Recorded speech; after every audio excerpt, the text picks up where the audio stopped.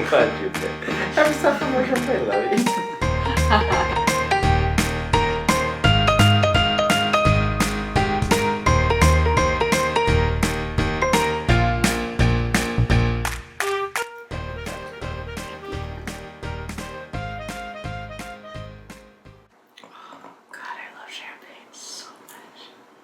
We'll be married 6 years. In like 2 months. What are we gonna do? Drink a big bottle of champagne. We have a baby bottle of champagne. Because honestly, then the rest would just go bad. We're not gonna drink an entire bottle. I'm not hardcore anymore. I think we're more refined now. I think of it as we are classier. You've always been classy. I don't know about myself. I never was a drinker. You should be proud of that. Never in my life have I passed out. Leia or Olivia, if you ever watch this, I've never passed out drunk. And I'm not sure I'll ever try it in my life. I'm not sure I'll ever get drunk. Mm-hmm. Like, I have no need, absolutely no desire. I can take myself a little more seriously now. That's right. Today's the 10th, and our anniversary has always been on the 10th. Engaged on the 10th. Got engaged on the 10th. We became official dating on the 10th. We met in New Orleans on the 10th. And then we got married on the 10th. It would be fun to go back to this time, 2011. Because you were preparing for a wedding. Yeah. You got me an iPhone as a wedding gift. Correct. And that was the first time I had an iPhone. And that I started actually like saving my... Isn't that sad? Yeah. It's really sad. It's like the first time it makes you lose all the memories. Yeah, for sure. Like I never had like any of the pictures, videos, anything I took on any of my old phones from... I got my first cell phone when I was 16.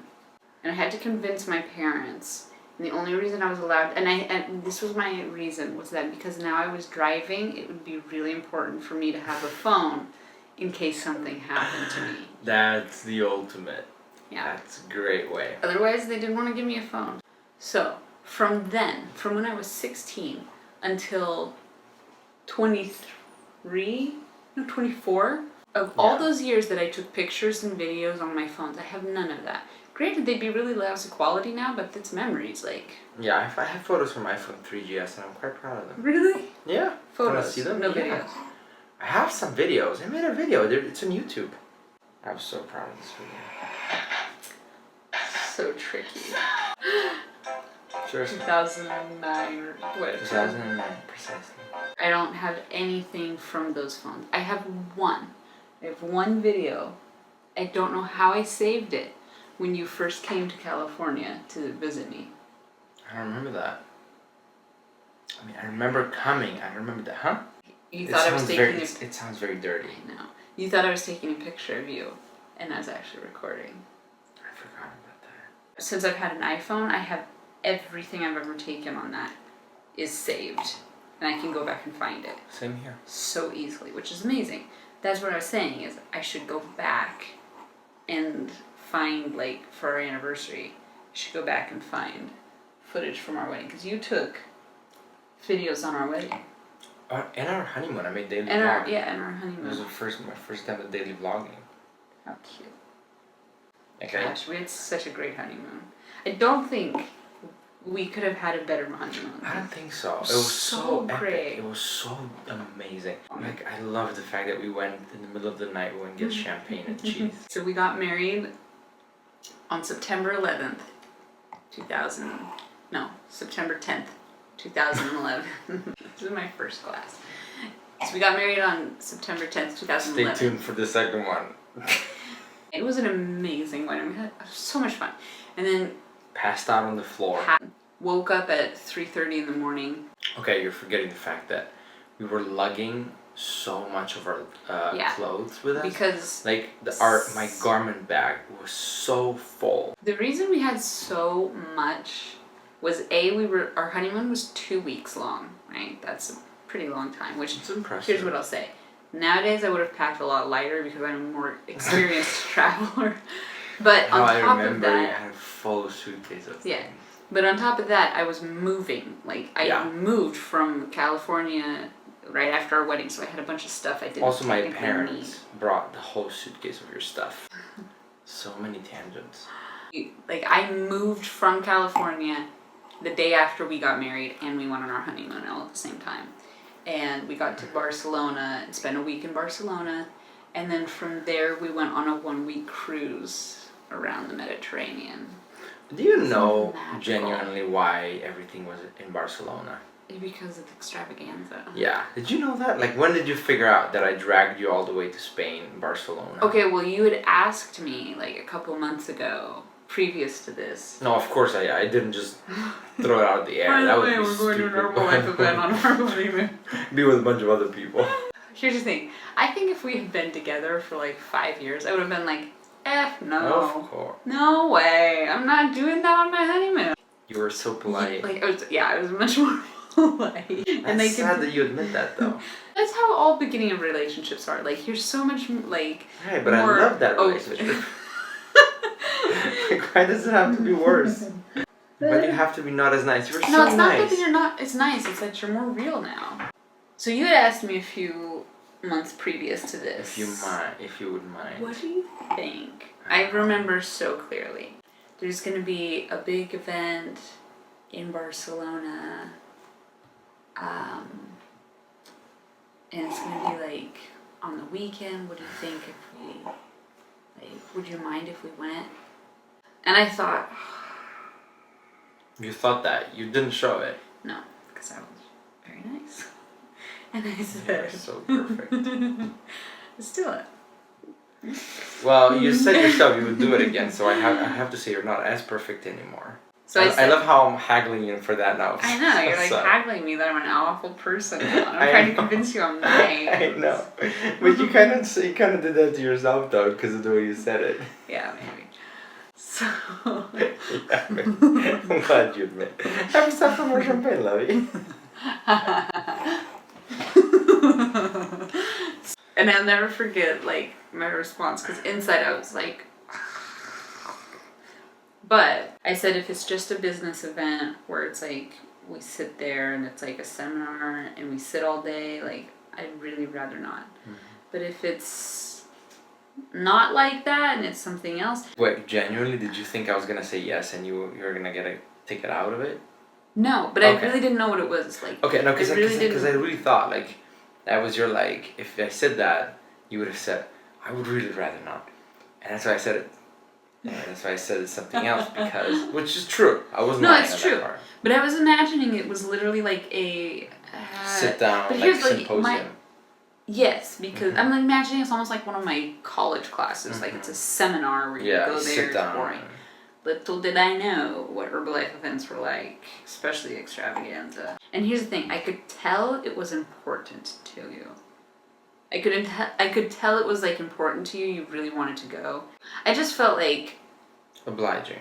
yeah, and I didn't want to be like no, I don't want to go. I was never like that anyway. So that's why I said yes, and I was like, it ended up being great. We got there on Monday or whatever, and then we had Monday to like Friday where it was just us in Barcelona. And on those days, we were so jet lagged from being in California. Well, also the things we did not help with beating the jet lag though. No. We made zero effort in beating the jet lag. So what we did is every day, and this is why I have such an emotional attachment to champagne, every day we went to the like little store market. It was perfect. It was perfect, like right around the corner from our hotel, which was like a beautiful hotel. Such a nice hotel. Yeah. And we would buy champagne and bread and cheese. Yeah. And that's like, we ate that every day and drank champagne, rosé champagne. It was magical.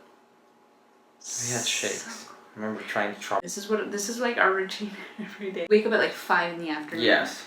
We'd go out and do something, then or like go eat. We'd have breakfast, and then we went to like La Rambla, and we went to Parkwell at like Parkwell. midnight. Midnight, we're like walking around, it's pitch dark. Magic.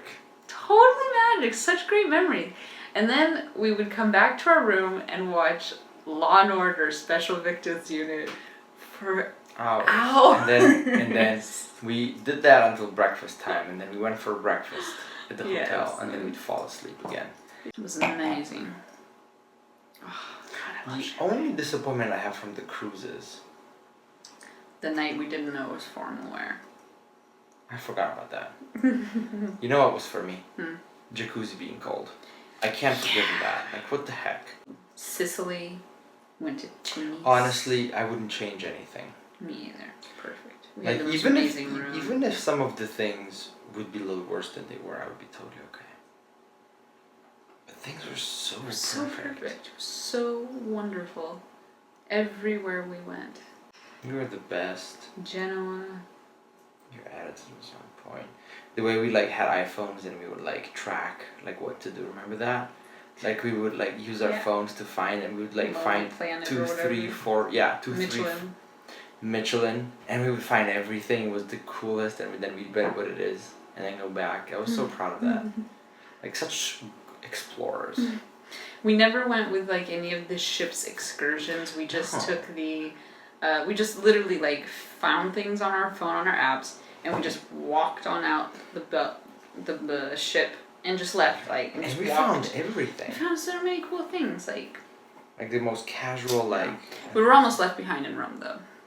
We were literally the last Yeah. people on the boat.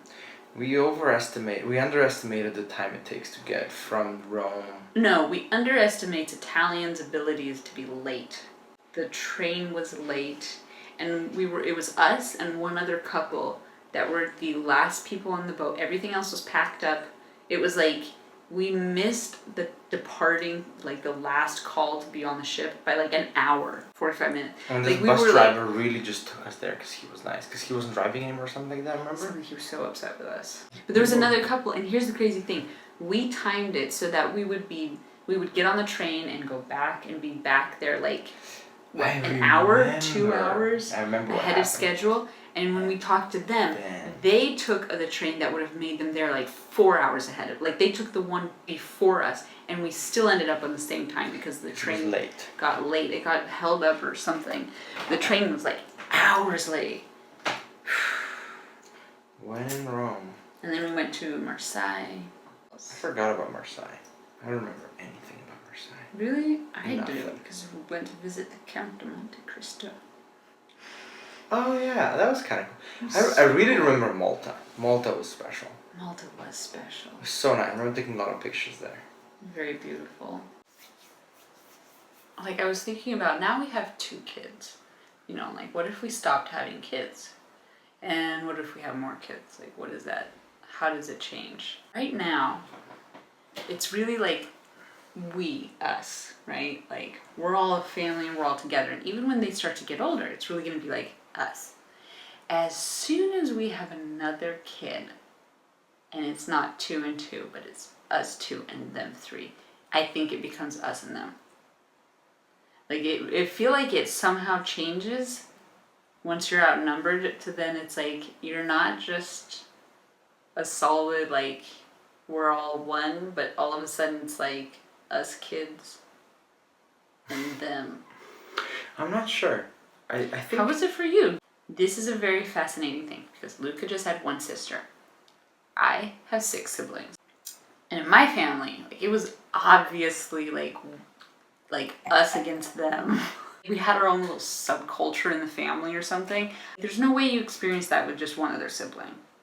No. I played the big guy that knows everything, and I was always like preaching her, telling her all the secrets of when you're older. Seriously, it was such a card I played. It's the longest video ever. I've experienced being a father in many ways. Now. Mm-hmm. I'm thinking though, 3 will be like a family. I don't know. I am definitely not as big of a fan as 4 anymore. Because 4 is management. I'm serious. I don't want to be a manager. Like, I freaking... I don't want my home to be a company. That doesn't sound mean. Like, I hope when they watch this, like, 50 years from now, and they're like, those brats. The 4th child will think that. I know. I think the 4th is nice for them. After Olivia, I felt like I don't need to have any more children. Honestly. No, after But I Olivia. knew that I wanted her to have siblings. And I knew, like, deep down, I was like, I know that if I had only one child in my life, I would be, like, sad I didn't have more. But I felt so, like, satisfied and content. And now with Leia, I feel totally satisfied and content. But I keep thinking, like, I think for them, 4 is the ultimate number. Like, 4 is, like, you really have, like, a solid crew as, like, siblings. But you don't need that. They can have friends. Do you hang out with any of your friends? No, but you hang out with your sister. No, but I had a lot of friends growing up that I hung out with. Like, do you talk to any of them now? Because they all went their own way. Exactly. Like, and I moved away. Well, what's the point? Because if you have family, you have friends for life. And you don't get just, like, move away and never talk anymore. Which is also a burden in a way. Think about it. This is why women are the ones that keep the families together. That is true. Just kidding. That's so dirty. Like, because I'm older. That's how it is. Always. And she the parents always blame the first one. And when are parents going to learn? Okay, parents. Leia's going to have a tough childhood in our lives because we're both firstborns. Parents, you need to understand something. And this is probably parents who were not themselves firstborns. Your firstborn is perfect, right? Your firstborn is not the one making mistakes or making trouble or whatever. It's like 99% of the time, it's not the firstborn. The firstborn is the one that has, like, so much responsibility on their shoulders. They don't mess things up. I have to say, Olivia's pretty perfect. So I should just stop it too. Why push it? Why push her? Like, Leia seems pretty perfect as well. The wisdom of the world is upon me.